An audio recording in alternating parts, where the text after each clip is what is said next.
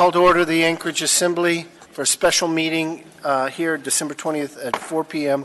on the interim appointment. Madam Clerk, the roll call.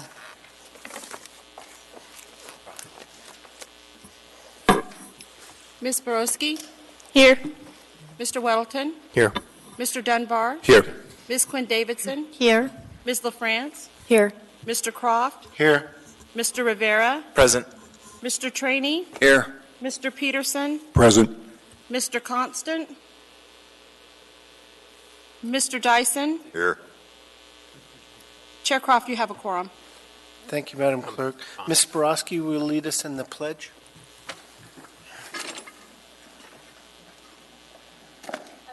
Allegiance to the flag of the United States of America and to the republic for which it stands, one nation under God, indivisible, with liberty and justice for all. We only have two items on this special meeting's agenda: the interim appointment to the Chugiak Eagle River Assembly Seat District 2, Seat A, and administration of the oath after approving it. It does require a majority, which is 6 votes. So we will continue voting as long as we need to get that. And we're under discussion. Madam Clerk, do I need to make the motion and then discussion, or we Chairman can't make a motion. discuss? I'm not talking to you. You asked. Great. No, we opened the debate. I move to vote on the applicants for the interim appointment to vacant Anchorage Assembly District 2, Chugiak Eagle River, Seat A. Second. That motion is before us. Any discussion? Mr. Weddleton. Yeah, I'd be curious how the current representative for the area, what his insights are, if he's willing to share. Senator Dyson. Yeah, thank you. I was hoping you have the last shot here. A general observation. So we elected a year April, 4 of us newbies here. We've seen 4 now of the wheel horses that have been here for a long time. We've lost Mr. Steele. We're losing Eric and Dick and Amy. And so that leaves us with 3. And this business is very complex. And getting a hold of what's going on in Mail Center takes time. And even if you're scary smart, it still takes time. So having some constitutional or continual people who have been in grade for a long time, I think, is distinctly valuable. And when we have all or mostly newbies, like we then it's a de facto transfer of power to the administration and denigrating the power of the legislative body. So I'd just like you to think about that. We need folks with experience. So that's the overall issue. These things ought to be, by and large, a meritocracy. Who will serve the most effectively and equipped to do so and has the support in the community. And just in terms of declaration, I've known Eugene Harnett for probably 40 years. We're more than acquaintances. And my wife is a client or a patient of Ms. Hayden, and I've known Bill Starr a bit, only to nod at him until a year and a half ago. We're not friends in the sense that I go to his house and we visit and do anything socially. It's a guy that I respect, and it's certainly widely appreciated his service in our area, and very few people know it like he does. So my first choice is going to be for us to take advantage of Bill's 10 years of service and that historical knowledge that he brings, and then in his proven capacity to represent our community and do a good job. I have a sense that there's 3 or 4 or 5 people here before us tonight that are world-class and will and could do a great job. But for the reasons I just stated, I'm going to recommend strongly that we appoint Mr. Starr, and I believe that would be very widely appreciated and applauded in our community. Thank you. Thank you, and you'll have a chance to wrap up if you'd like. That'd be fine. Mr. Dunbar. Thank you, Mr. Croft. My comments will be significantly shorter. I just wanted to thank everyone who put their name forward. It's certainly not an easy thing, and those 2 hours were pretty intense, and I thought that there were a lot of tremendous answers and clear that a lot of people did their homework. I, like Mr. Dyson, lean towards someone who has some experience. I don't mean necessarily experience on this body. There's only one person that had that, I believe, in this group, but and that's not a prerequisite for me. But I'm looking for someone who has experience in their community council, someone who has worked on boards and commissions or that kind of thing, and otherwise been sort of involved in the nuts and bolts of the city, because I do think that that kind of expertise is probably necessary just for these next 4 months. Doesn't mean you can't run, doesn't mean you can't win, and doesn't mean that you shouldn't. But for this interim appointment, that is something that I'm going to value pretty highly. But I'm not going to make a specific recommendation right now. Thank you, Mr. Croft. Mr. Peterson. Thank you, Mr. Chairman. And I also appreciate all of you putting your names forward and your past community service and also your future community service. I think that, and I'm very impressed with Eagle River, you have a very deep bench, and I think any one of you would do an excellent job representing your constituents. I am not going to name a specific person.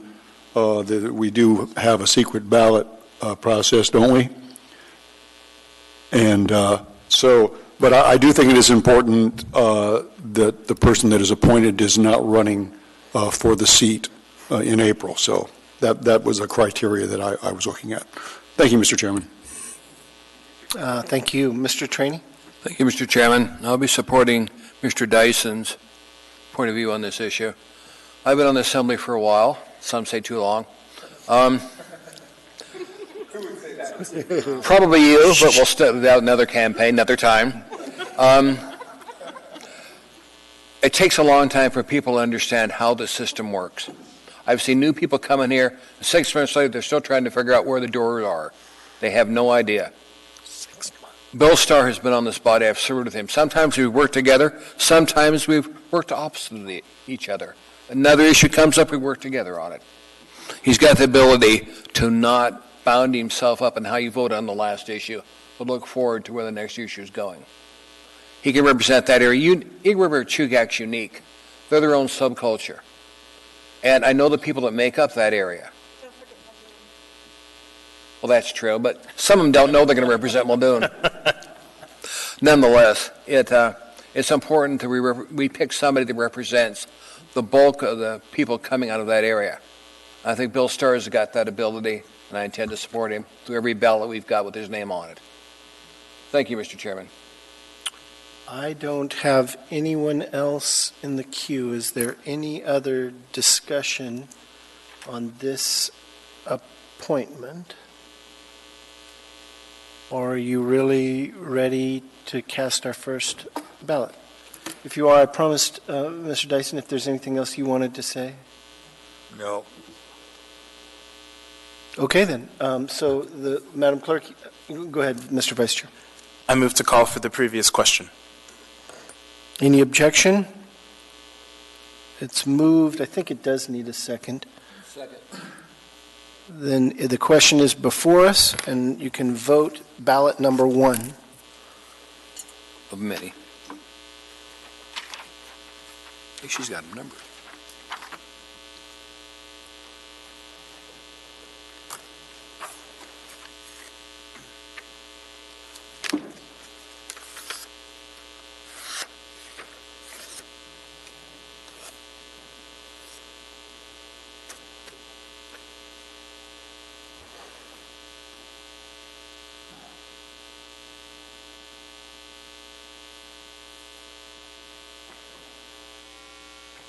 Mr. Chair, just for the record, I wasn't here when you did the roll. Yeah, and just for the record, you are now. That would be Mr. Constant. Mr. Constant.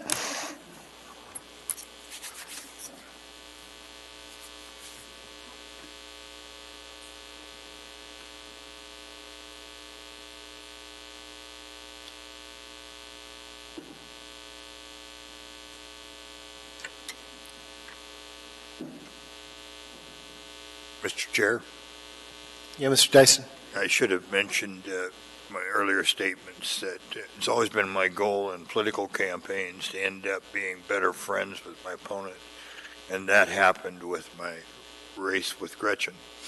And I can't say she's a close friend, but more than a casual one, the kind of person that we see each other, we're liable to stop for coffee or swap gossip or lies or something. But anyways,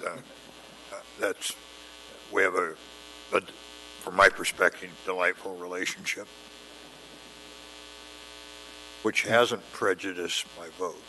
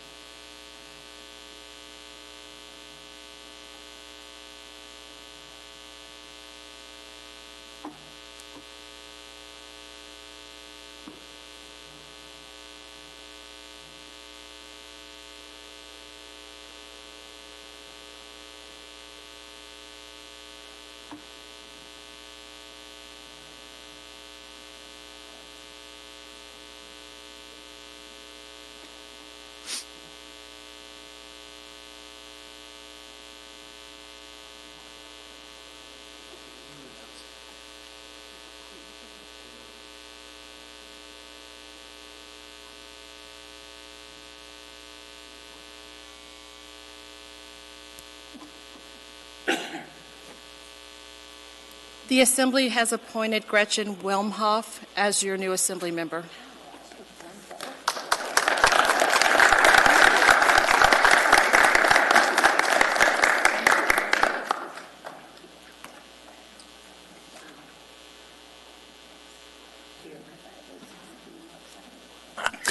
Were there any question ballots? I move to accept the results of ballot number 1.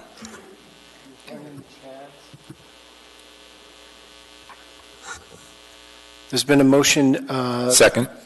to approve, and now seconded, Madam Clerk?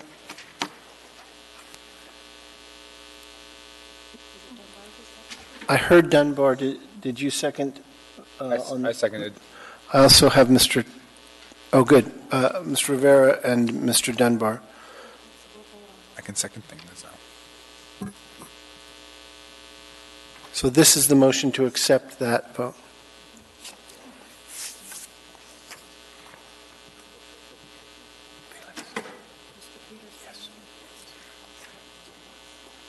Mr. Peterson, Mr. Dyson.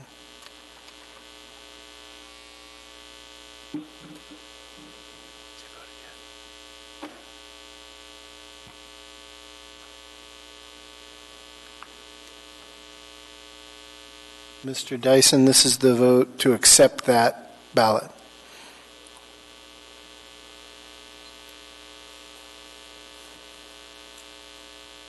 And so by a vote of 10-0, we have accepted that ballot and the appointment of Gretchen Wimhoff. The only other item on our agenda is the administration of the oath of office. Madam Clerk is heading to do that. Ms. Wimhoff, you can come forward. Assembly Member Wimhoff. Member-elect. Elect, that's right. So I think maybe we'll do it on the other, well, wherever you guys.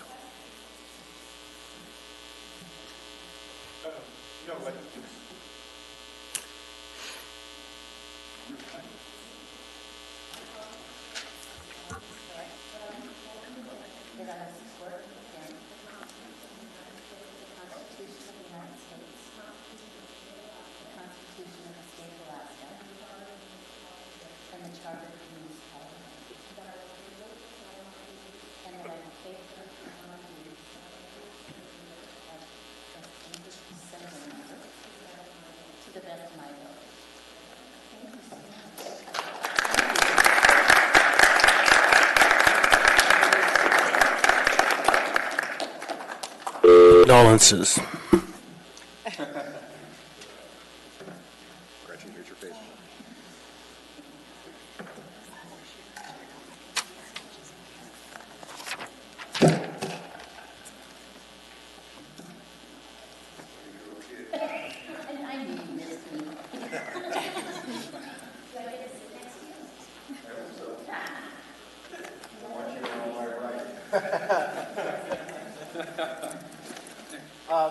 That brings us on the agenda to audience participation. Is there any audience participation? Seeing none. I don't see anyone at the oh, there you are. You have 3 minutes, Mr. Haberman.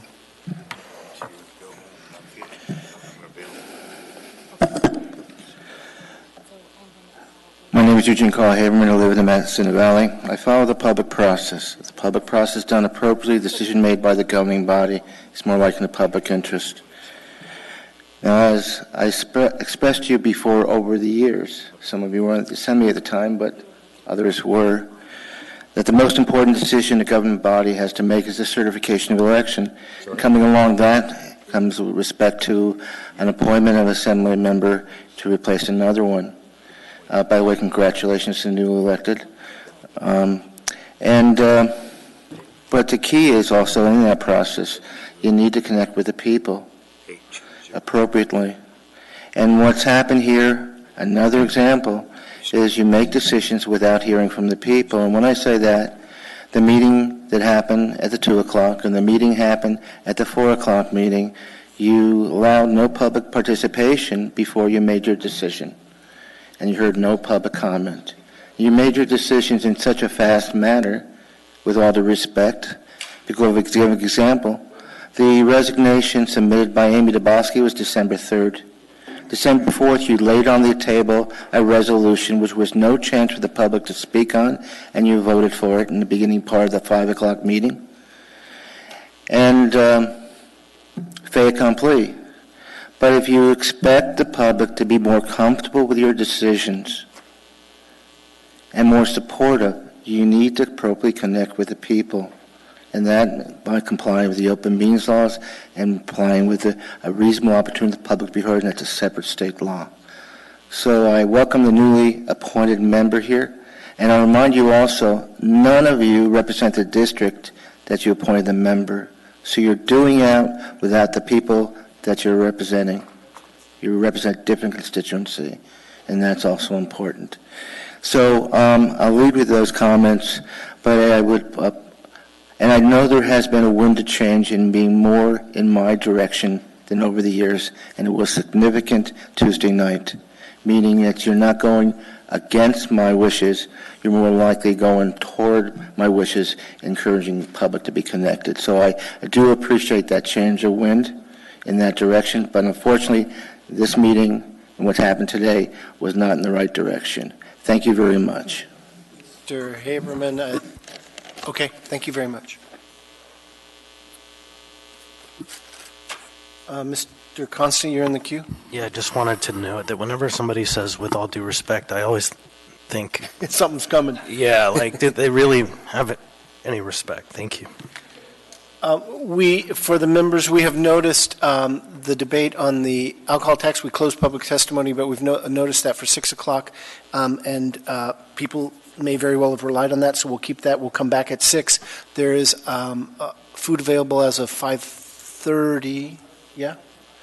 And Mr. Dyson had to go home. He has a medical condition, but he'll be able to call at medical, not, I have no personal knowledge of whether he has a mental condition, but he has a medical condition. I can attest to that. And he was in some pain, but he is going to call in. We're going to give him enough notice so and his vote can count telephonically for tonight's vote on the alcohol tax. Mr. Chair, Yeah. I think having a seat up on this diet, it's a presumptive case. Okay. It may very well be. I just don't know that. With that, if there's nothing else, we're adjourned until 6 o'clock.